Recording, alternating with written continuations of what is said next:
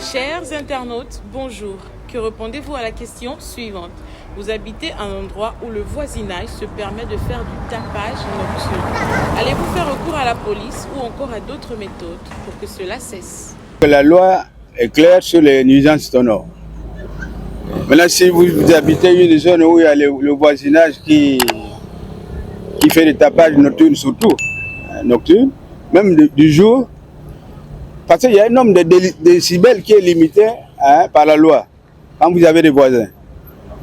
Maintenant, si, comme c'est le voisinage, essayez de discuter vis-à-vis avec eux.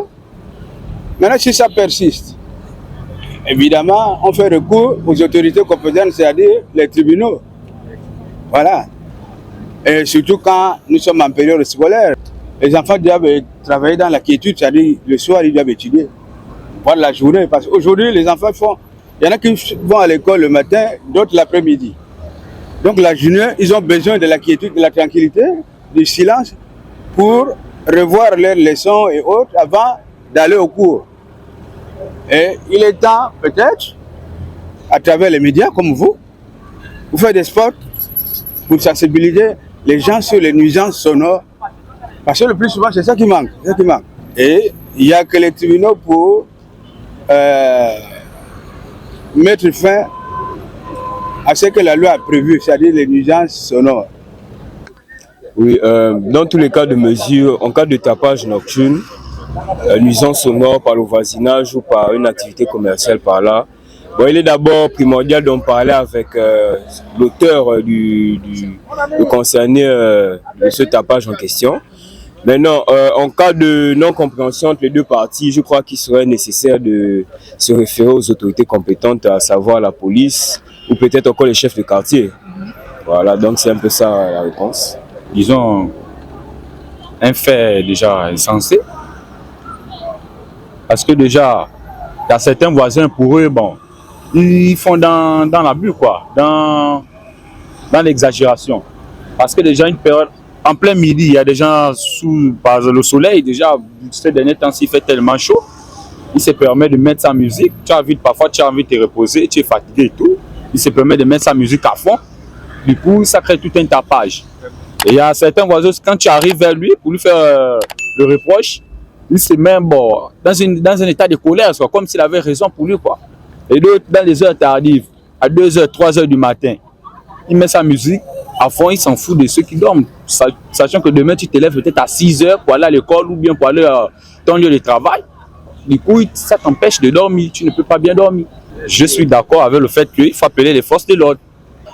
Il faut bien qu'on se rapproche auprès des autorités parce qu'on vit dans une société de loi.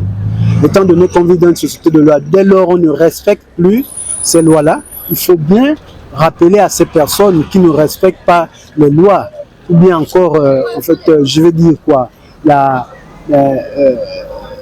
on va dire quoi, la tranquillité de l'autre, le fait qu'on ne respecte pas la tranquillité de l'autre, il faut rappeler ces personnes qu'on vit en société.